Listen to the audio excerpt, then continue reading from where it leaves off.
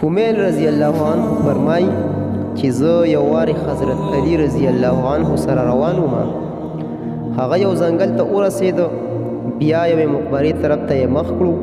وی فرمایل ای مقبرې والو، ای وراسته شوي خلکو، ای د یرې او د یوازې والي خلکو، څه خبر دی، څه حال دی؟ بیا یې ارشاد وفرمایه زمون خبر خدا دی چې ستاسو نه پس ستاسو مالونه تقسیم شول، اولاد مو یتیمانان شول، ښځو مو نور خاوندان وکړل. دا زمون خبر دی، څه خپل خو مو وایه. دې نه پس ما طرف ته یې وکتل، ویې فرمایل کومیله که چېرې دې خلقو ته د ویلو اجازت وي او دوی ویلی شوي، نو دوی به په جواب کې ویل چې بهترینه توحه تقوا ده،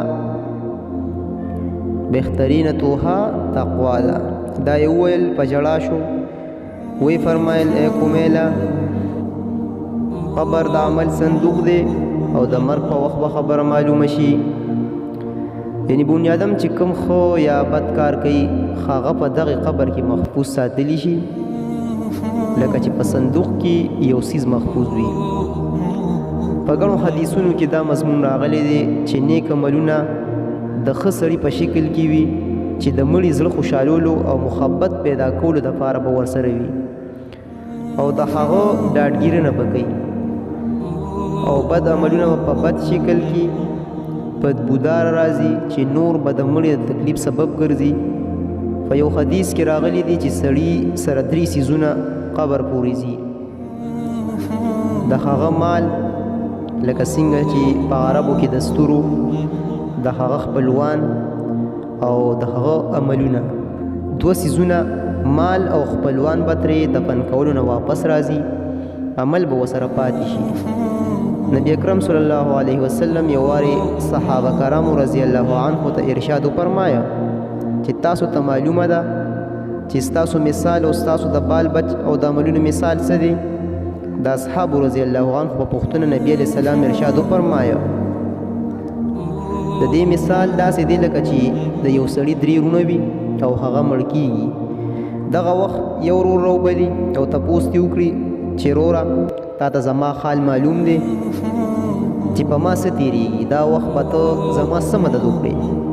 هغه جواب ورکوي چې ستا دارو درمل، علاج او هر قسمه خدمت به وکړم.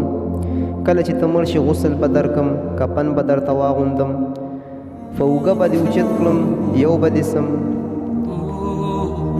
او دفن کولو نه پس به ستا ذکر خیر کوم. نبی علیہ السلام وفرمایل دا ورور بال بچ دی. بیا هغه دویم ورور نه هم دغسې سوال کوي. هغه ورته وایي چې زما او ستا تعلق د جون پورې دی، کله چې ته مړ شي نو زه به بل ځای ته لاړ شم. دا ورور مات دی. بیا هغه دریم ورور راوبلي، تپوس ترې وکړي.